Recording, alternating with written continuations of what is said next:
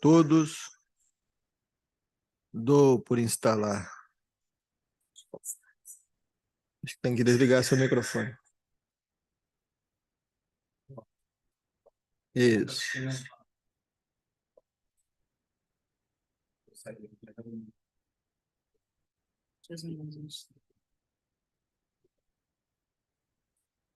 Ok?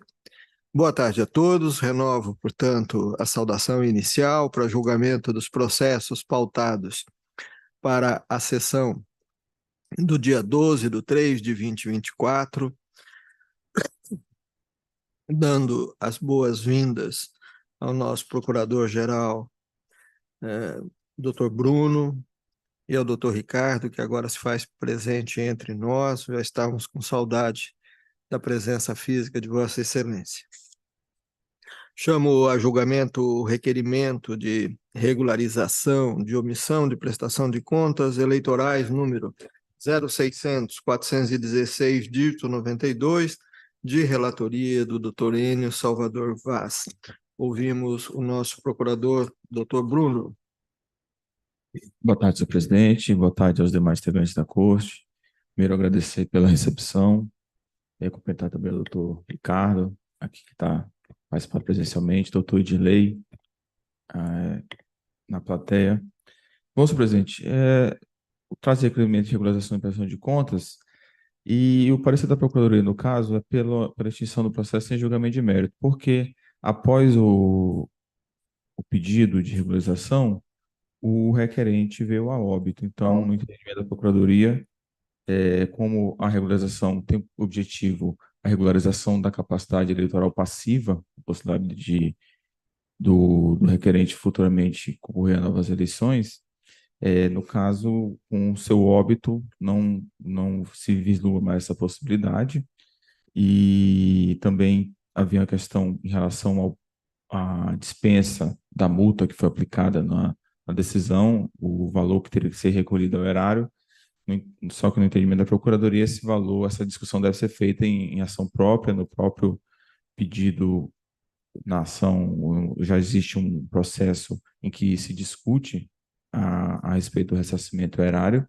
Então, sendo breve, o parecer da Procuradoria pela extinção do processo em julgamento de mérito, por quanto constatada a perda superveniente do interesse de agir em razão do falecimento do requerente, o senhor Francisco Marcos Neves de Araújo. É esse o parecer, senhor presidente. Dispensado o relatório, eminente relator. Boa tarde, senhor presidente. Hoje, no exercício da presidência, o desembargador Marcos Dallaor, demais pares, senhor procurador regional eleitoral, doutor Bruno Chaves, nossa secretária judiciária e administrativa, doutora Áurea, doutor Edirlei, advogado presente aqui nos prestigiando no plenário, demais pessoas que nos assistem aqui pelo YouTube. Eu estou destacando, então, uma preliminar aqui em razão da suscitação da Procuradoria Regional da República sobre a patente superveniência da perda do interesse de agir. Eu, com todas as vênias, eu tenho a compreensão um pouquinho diferente nesse ponto. Eu digo aqui que a decisão que julgou as contas como não prestadas, com imposição de devolução de valores ao erário, realmente transitou em julgado, e entendo que, apesar disso, o interessado ajuizou o requerimento de regularização de omissão de prestação de contas eleitorais, não só para restabelecer o direito à obtenção da certidão de quitação eleitoral, mas também para reverter a determinação de devolução de valores, o que poderá ocorrer após análise técnica da documentação contábil acostada aos autos. Eu entendo, então, que a pretensão tem dúplice caráter. Se a unidade técnica concluir que houve a regular aplicação do recurso do fundo partidário ou fundo especial de financiamento de campanha, e a ausência de recolhimento de recursos de fonte vedada, de origem não identificada e outras falhas de natureza grave, não é mais adequada à imposição de devolução ao Tesouro Nacional.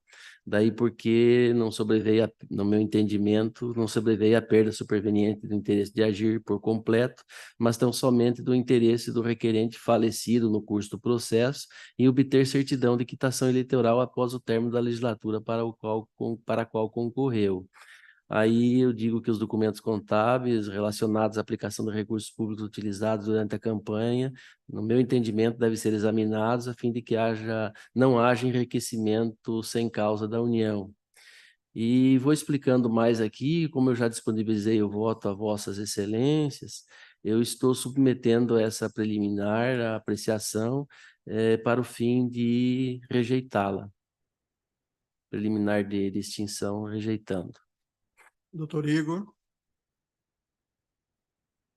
Boa tarde, senhor presidente, eminentes pares, doutor Bruno Chaves, procurador-geral eleitoral, doutor Edirlei, advogado que acompanha a sessão aqui presencialmente. Senhor presidente, tive acesso ao voto com antecedência e acompanho o relator com relação à preliminar. Doutor José Vitor.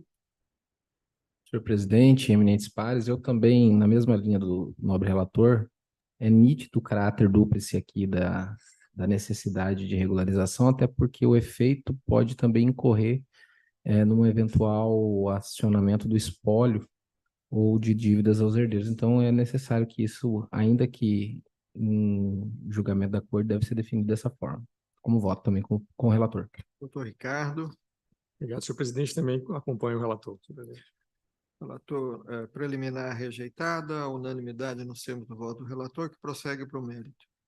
Com relação ao mérito, foi realizada aqui a análise das contas apresentadas no processo e buscava-se, então, averiguar a existência de movimentação financeira que pudesse ter origem em fontes vedadas, do Rony, bem como irregularidades na aplicação dos recursos do FEFC e outras irregularidades graves.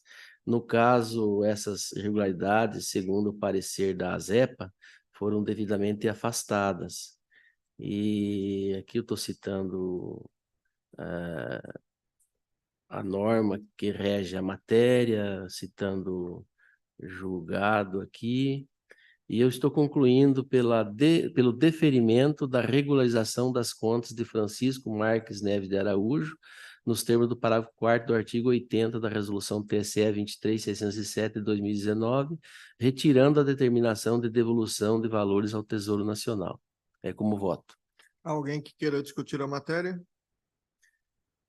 Regularização deferida à unanimidade nos termos do voto do relator. Chamo a julgamento os embargos de declaração na prestação de contas número 0600-302, dígito 90, de relatoria do Dr. Ricardo Silva Leitão, que tem a palavra para o voto dispensado o relatório. Obrigado, senhor presidente. Também eu agora cumprimento os eminentes pares, doutor Bruno Chaves, doutora Áurea. Senhor presidente, o voto que encaminho aqui, ele tem duas alegações de omissão no nosso acordo, proferido por essa corte. A primeira alegação de omissão seria no pronunciamento acerca de restrição ao pleno exercício do direito à ampla defesa e contraditório. Eu cito aqui todo o passo a passo aquilo que ocorreu aqui nesses autos, e nesse ponto entendo que não houve qualquer tipo de cerceamento de defesa, e todos os elementos foram já trazidos aqui no voto, como bem consignado, entendo nesse voto dos embargos. Já em relação à omissão, o ponto 2, a omissão do julgado acerca do disposto no artigo 48, parágrafo 7º da resolução do TSE, apesar de estar expressa aqui em uma resolução aqui do TSE, portanto, entendo que a aplicação seria automática, não me oponho ao receio do embargante em deixar isso clarificado no voto. Então, portanto, eu estou entendendo nesse ponto por acolher e explicitamente esclarecer que a determinação de devolução do valor de R$ 47.218,31 ao Tesouro Nacional referente à parcela de valores advindos do fundo partidário, determinado no acordo número 10 de 2024, a serem pagos em 12 meses por meio de descontos futuros, de futuros repasses de do fundo partidário, devendo esses descontos serem suspensos apenas durante o segundo semestre do ano em que se realizar as eleições. Então, estou apenas nesse ponto acolhendo a omissão e clareando, então, esse acordo guerreado. Então, estou votando no sentido de conhecer dos embargos e no mérito da parcial provimento. É meu voto, senhor presidente. Sem alteração de resultado. Sem alteração de Ok. resultado. Há quem queira discutir a matéria?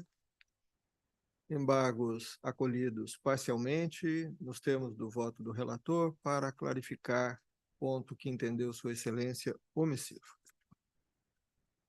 Trago a julgamento, senhores, o processo número 3 da nossa pauta, um processo administrativo, em que a servidora pública estadual Ana Paula Santiago esteve exercendo suas funções como requisitada no cartório eleitoral de Ji-Paraná até 8 de janeiro de 2023.